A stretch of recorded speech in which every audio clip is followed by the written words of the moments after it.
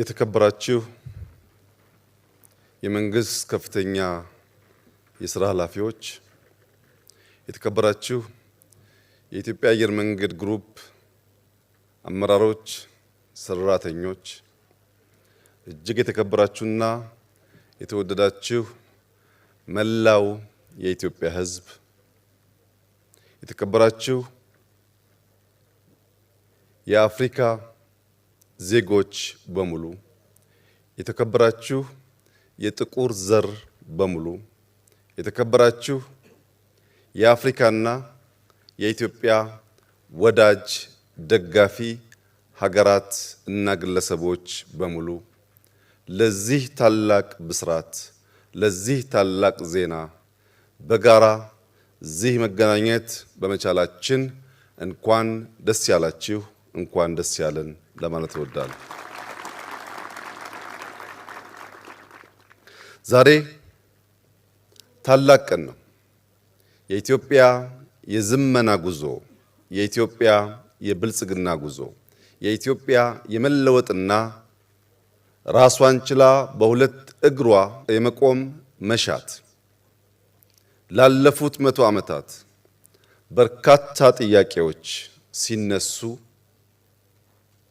ገሚሱ ሲከሽፍ ገሚሱ የሰመረበትን 100 ዓመት አሳልፈናል።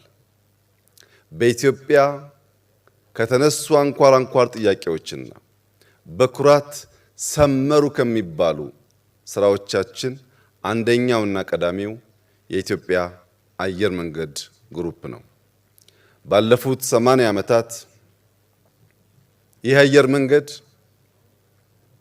በሚያስደንቅ ሁኔታ የጥንታዊት ሀገር ምልክት፣ የጥንታዊት ሀገር ኩራት፣ የጥንታዊት ሀገር መሻት ማሳያ ሆኖ ቆይቷል። አየር መንገዱ ላለፉት 80 ዓመታት አልጋ ባልጋ የነበረ ጉዞ አላሳለፈም።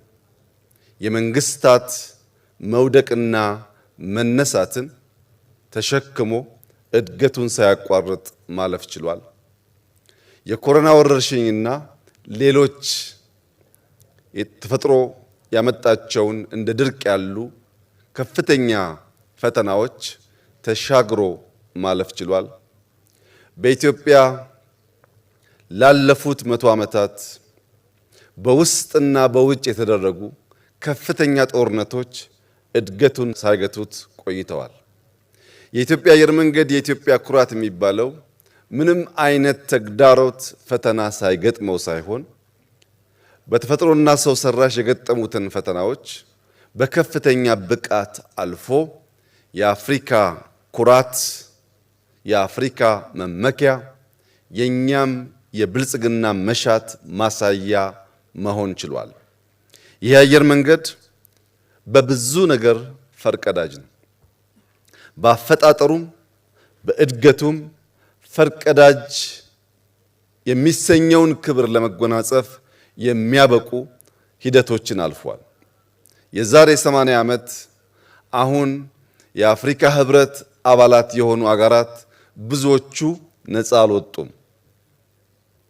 የአፍሪካ ሀገራት ነፃ ሳይወጡ ራሱን በአፍሪካ ግንባር ቀደም ኩባንያ አድርጎ ማቆም የቻለ ተቋም ነው። አሁን ባለው እድገትም ስንመለከት የኢትዮጵያ አየር መንገድ ከአፍሪካ ቀዳሚው አየር መንገድ ብቻ አይደለም። በአፍሪካ ሁለተኛ ሆኖ የሚከተለው አየር መንገድ ከኢትዮጵያ አየር መንገድ በግማሽ ያነሰ ነው። በአንደኛውና በሁለተኛው የአፍሪካ አየር መንገድ መካከል የእጥፍ ያህል ልዩነቶች አሉ። ይህ በአውሮፕላን ቁጥር፣ በዓመት በሚያጓጉዛቸው ሰዎች፣ በሚያስገባው ገቢ የመሳሰሉት የሚገለጽ ቢሆንም ዛሬ ባስጀመርነው ታላቁ ኤርፖርት ግን በአፍሪካ ብቻ ሳይሆን በዓለም ጥቂት ሀገራት ያሳኩትን እጅግ ዘመናዊ 110 ሚሊዮን ሕዝብ በዓመት ሊያጓጉዝ የሚችል ታላቅ ኤርፖርት ለመስራት በቅቷል። ይህ አየር መንገድ የስኬቱ ምስጢር ምንድነው? ኢትዮጵያውያን፣ ሌሎች ኩባንያዎች ከዚህ አየር መንገድ ስኬት ምን ልንማር እንችላለን የሚለውን ጉዳይ በወፍ በረር ማንሳቱ መሰል ተቋማት መገንባት ለሚፈልጉ እንደ ሀገር ልናሳካ ለምንፈልገው ብልጽግና በእጅጉ ወሳኝ ነው።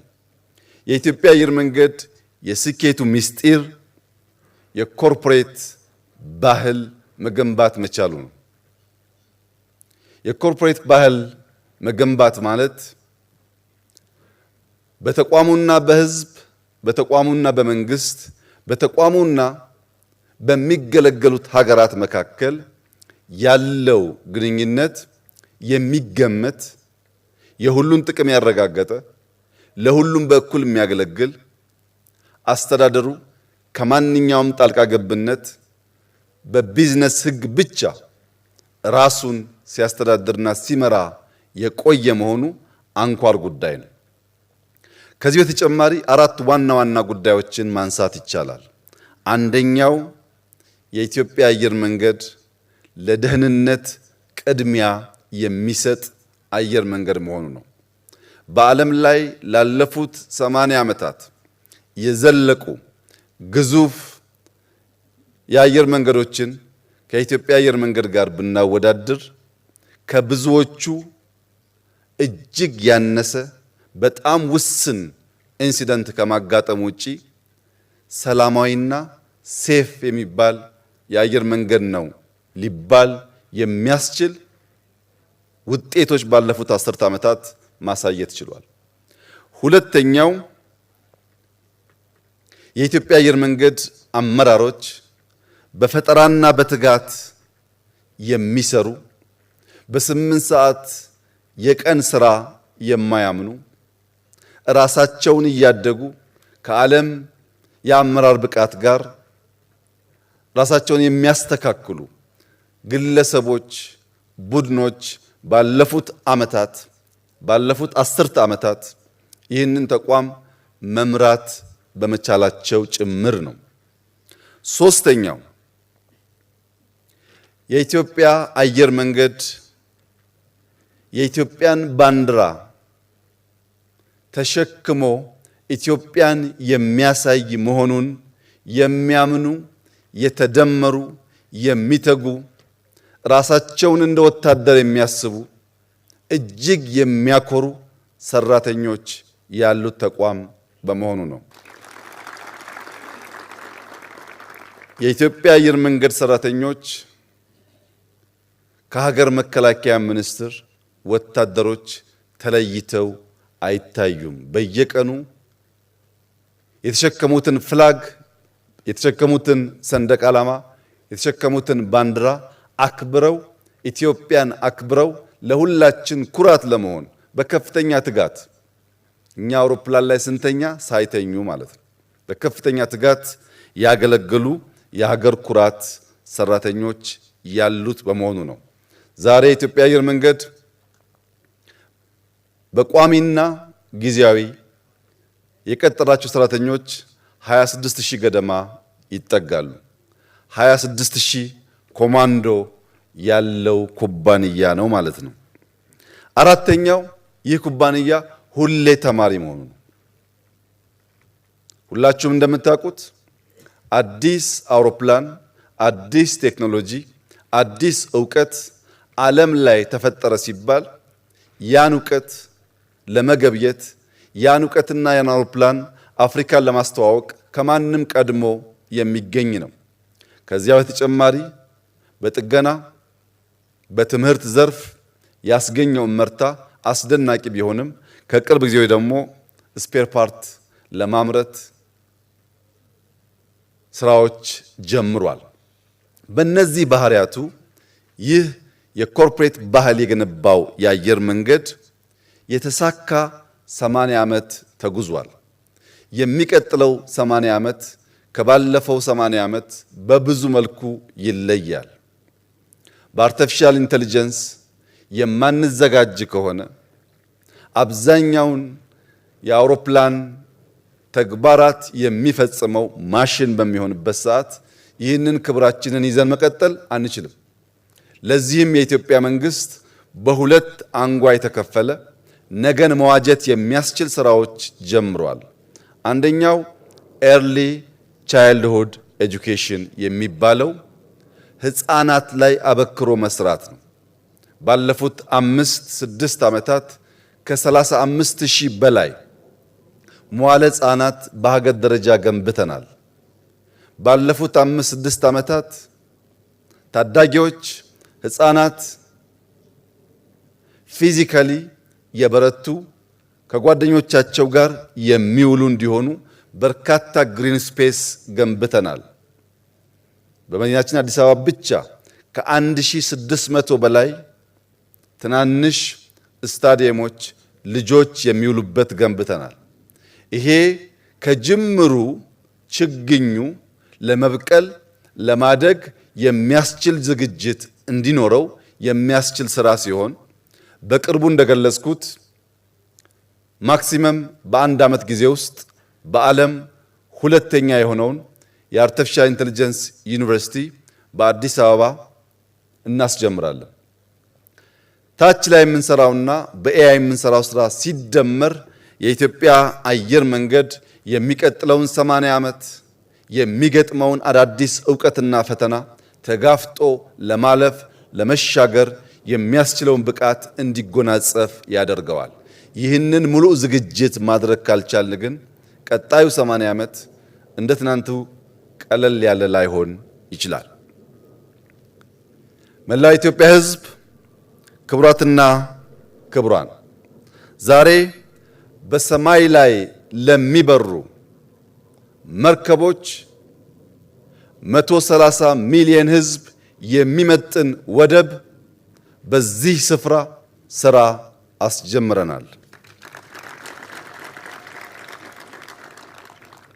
በዚህ ስፍራ በሰማይ ለሚበሩ መርከቦች ያስጀመርነው ወደብ ከዚህ ቀደም ከነበረን በአጠቃላይ ብቃቱ ይለያል።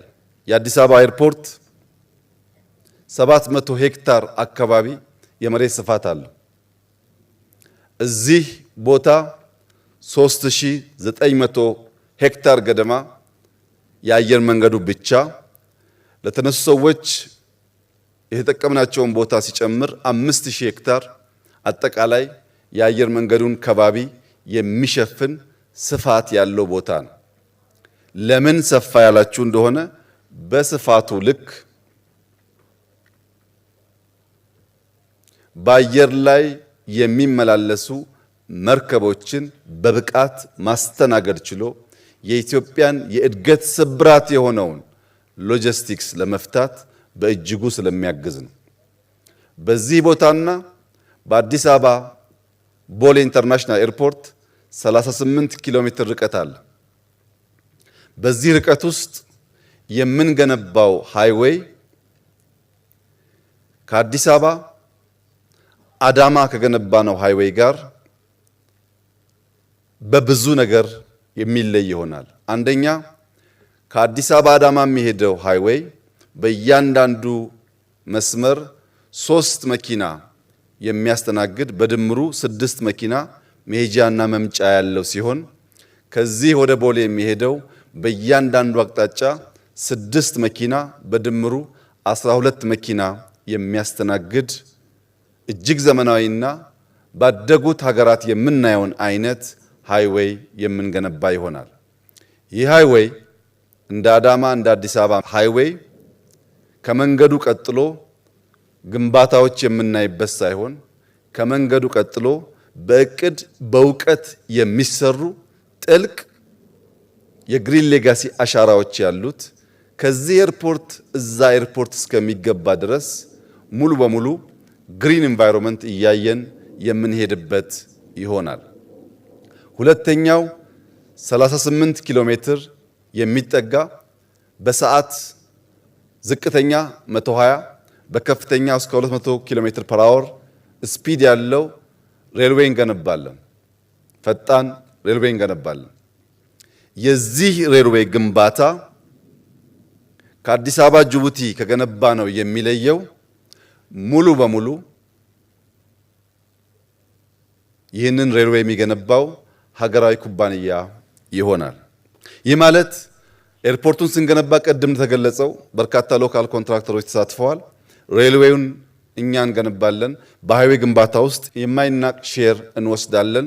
ግንባታ ብቻ ሳይሆን የሚገነቡ ተቋማት እንገነባለን። እነዚህ ተቋማት ከ5 ዓመታት በኋላ ከኢትዮጵያ ገበያ እየወጡ በሌሎች ገበያዎች ላይ የሚወዳደሩ እንዲሆን አበክረን እንሰራለን። የዚህ አየር መንገድ አሁን ማስጀመር በፍጥነት መጀመር ወሳኝ የሆነበት ዋናው ምክንያት የኢትዮጵያ አየር መንገድ በዓመት 2 ሚሊዮን የሚጠጉ አዳዲስ ደንበኞች ማስተናገድ ጀምሯል።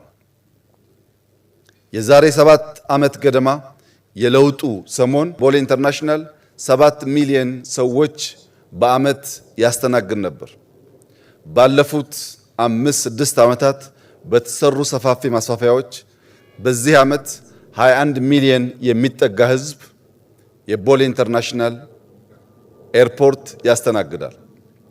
አሁን ባለው እድገት በየዓመቱ 2 ሚሊዮን የሚጨምር ከሆነ ከ2 እና 3 ዓመታት በኋላ የቦሌ ኢንተርናሽናል ኤርፖርት ተጨማሪ ሰው ማስተናገድ አይችልም። ያንን ችግር ከወዲሁ ተገንዝበን ዛሬ ስራ ካልጀመርን በቀጣይነት የአፍሪካ ኩራት ታላቁ የአየር መንገድ የሚለውን ስም ተጎናጽፈን ማቆየት ስለምንቸገር ለነገ ዛሬ አስቀድመን መስራት በማስፈለጉ ነው ይህ ውሳኔ የተወሰነው። ክቡራትና ክቡራን፣ የኢትዮጵያ የትግል ስልት የኛ የትግል ስልት ተለውጧል። የኛ የትግል ስልት ዛሬ ሰርተን ነገን መዋጀት ነው። ዛሬ በቅጡ ተክተን ነገን ለልጆቻችን የሰመረ የተሻለ ማድረግ ነው። የገጠሙን ጠላቶቻችን ግን ትናንትና ላይ ቆመው ዛሬን የሚሻሙ ናቸው። እኛ ዛሬ ሰርተን ነገን ለመዋጀት እንተጋለን። እነሱ ትናንትና ላይ ቆመው ዛሬን ለመሻማት ይሽቀዳደማሉ። ከጅምሩና ከስልቱ እንደምትመለከቱት በተለያየ ሃይዌይ የምንጓዝ መንገደኞች ስለሆን ከመተላለፍ አልፈን አንዱ ለሌላው በተሟላ መንገድ እንቅፋት መሆን አይችልም። ስልታችን የተራራቀና የተለየ ነው። ፈተና አልቦ ጉዞ የኢትዮጵያ አየር መንገድ አላደረገም። ፈተና አልቦ ጉዞ ኢትዮጵያም አታደርግም። ፈተናዎችን ተጋፍጣ ፈተናዎችን ተሻግራ የጸናችና የበለጸገች መሆን እንድትችል እኛ የምናስብበትና ጠላቶቻችን የሚተጉበትን አውድ በቅጡ መገንዘብ አስፈላጊ ይሆናል። በተለየ ሃይዌይ ስለምንጓዝ ፈተና አልቦ ነው ማለት ግን አይደለም። እያንዳንዱ ፈተና ለህልማችን፣ ለጅማሬያችን፣ ለስራችን የሚያጸናን፣ የሚያስተምረን፣ የሚያነቃን፣ የሚያተጋን ይሆናል። ፈተና አልቦ ጉዞ ለፈጠራ፣ ለትጋት እንቅፋት ነው። እያንዳንዱን ፈተና በቅጥ ተገንዝቦ ወደ እድል መቀየር የሚያስችል አውድ ከፈጠርን ግን የምንጎዳበት ሳይሆን የምንሻገርበት ይሆናል። እያንዳንዱ የሚወረወሩብን ድንጋዮች፣ ተግዳሮቶች ለግንባታ እንደሚውል ብሎኬት እንጠቀምባቸዋለን። እያንዳንዱ ጦር፣ እያንዳንዱ ፍላጻ እንደ አርማታ እንጠቀምበታለን። እያንዳንዱን ስድብ፣ እያንዳንዱን የቅናት ጩኸት እንደ ማንቂያ ደውል እንጠቀምበታለን። በድምሩ ግን የኢትዮጵያን ብልጽግናና የኢትዮጵያን መጽናት ማረጋገጥ የሆነውን ታላቁ ህልማችንን በእነዚህ አስቻይ ሁኔታዎችና ፈተናዎች ታግዘን እናሳካለን።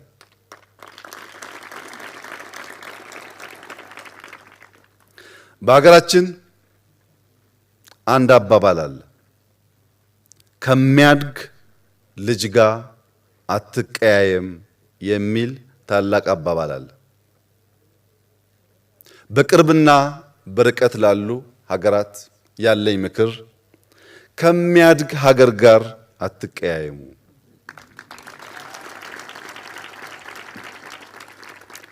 ይህ የሚያድግ ሀገር ነገ የሚታደጋችሁ ስለሚሆን ከወዲሁ እያደገ ያለ ለማደግ ህልም ያለው የጠራ ሐሳብ ያለው ሐሳቡም በልዩ ልዩ ስራዎች ተፈትነው በተግባር የታዩ መሆኑን ተገንዘባችሁ ከሚያድግ ሀገር ጋር ላለመቀያየም ራሳችሁን ምከሩ፣ ራሳችሁን ገስጹ ማለት እፈልጋለሁ።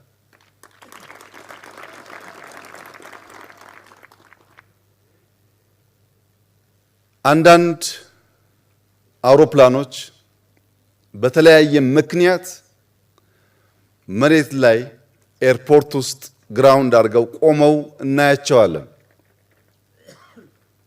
የኢትዮጵያ አየር መንገድ አውሮፕላኖች ቦሌ ብትሄዱ ለተወሰኑ ሰዓታት መሬት ላይ ቆመው እናያቸዋለን። ያ ግን የአውሮፕላን ተፈጥሮ አይደለም። የአውሮፕላን ተፈጥሮ በሰማይ ላይ መብረር ነው።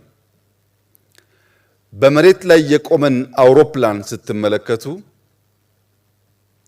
የገዘፈ ለመነሳት እንኳን የሚቸገር ይመስላል።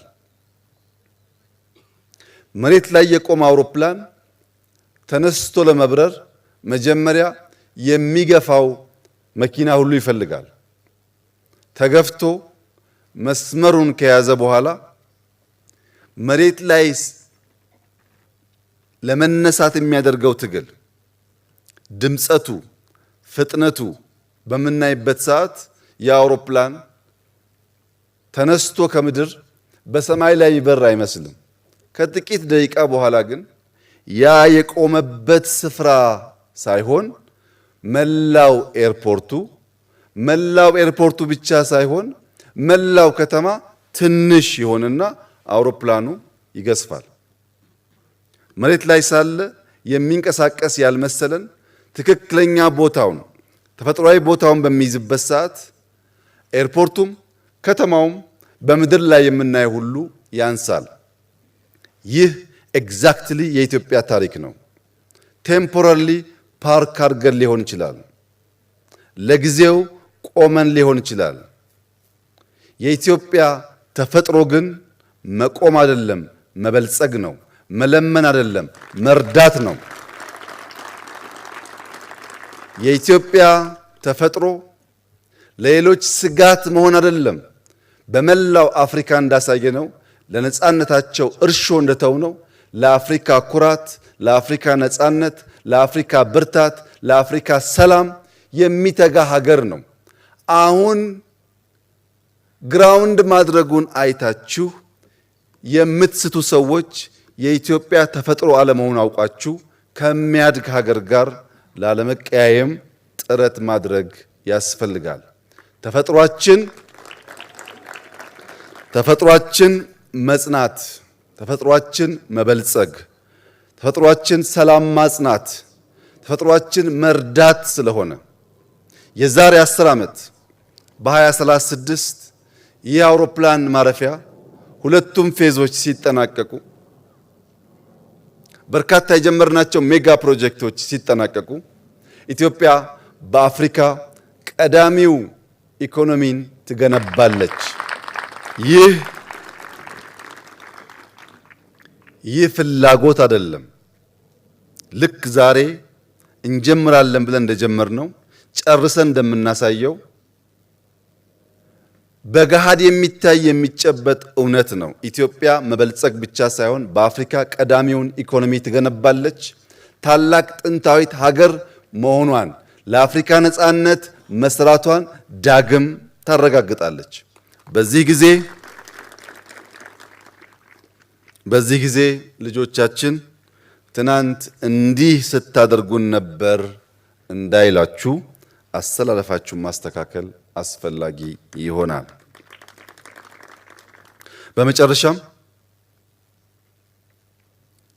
በዚህ ከባቢ ያሉ አርሶ አደሮች፣ የሀገር ሽማግሌዎች፣ አባገዳዎች ለኢትዮጵያ ልማት ለከፈሉት ዋጋ፣ ለኢትዮጵያ ልማት ላሳዩት የባለቤትነት ስሜት፣ ለኢትዮጵያ ትጋት ቀያቸውን እርሻቸውን ጥለው ለመነሳት ላሳዩት ኮሚትመንት ከፍተኛ ምስጋና እንዳቀርብ ይፈቀድልኝ።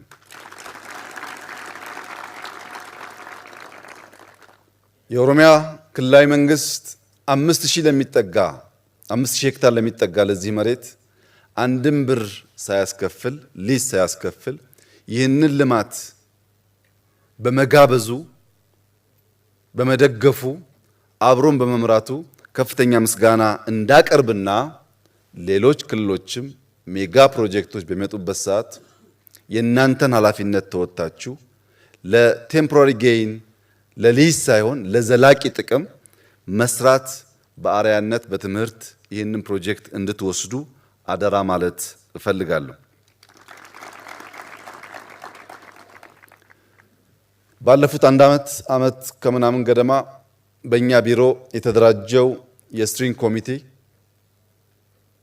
የኢትዮጵያ አየር መንገድ ግሩፕ ቦርድ አባላት፣ የኢትዮጵያ አየር መንገድ ግሩፕ አመራሮች በሙሉ ከዚህ የሚነሳው አርሶ አደር እንደ ከዚህ ቀደሙ ተፈናቅሎ የሚለምን የሚወድቅ እንዳይሆን ይህ ፕሮጀክት ለእያንዳንዱ ለከባቢ ነዋሪ በረከት ብሌሲንግ እንዲሆን አርሶ አደሩ የሚማረር የሚያለቅስብን ሳይሆን እንባውን እየረጨ የሚያመሰግን ፕሮጀክቱን የሚጠብቅ የሚደግፍ እንዲሆን ለማስቻል የእያንዳንዱ አርሶ አደር መኖሪያ ቤት፣ መንደር፣ የወደፊት የሥራ ሁኔታ የተገነባበት መንገድ እጅግ አስደማሚ፣ አስደናቂ ትምህርት ሊወሰድበት የሚገባው ጉዳይ ነው።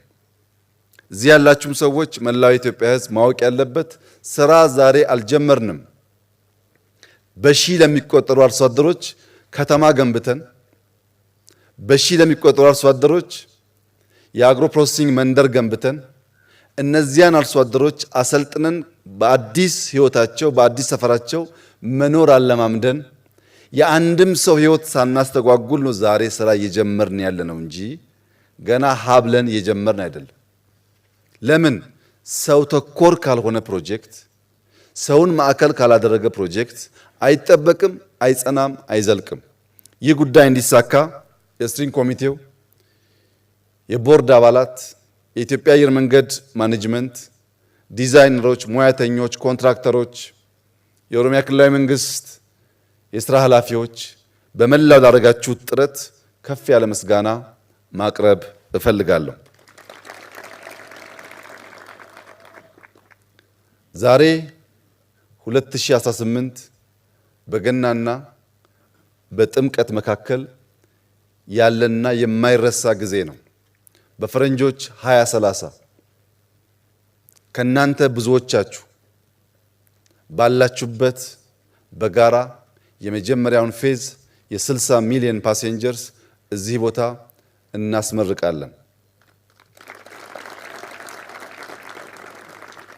አበዳሪዎች፣ በዚህ ጉዳይ የሚተባበሩ ኩባንያዎችና ሀገራት ጊዜ እንዳያልፍባችሁ እኛ በገበያ ሕግ ከብዙዎች ጋር ተባብረን መስራት እንፈልጋለን።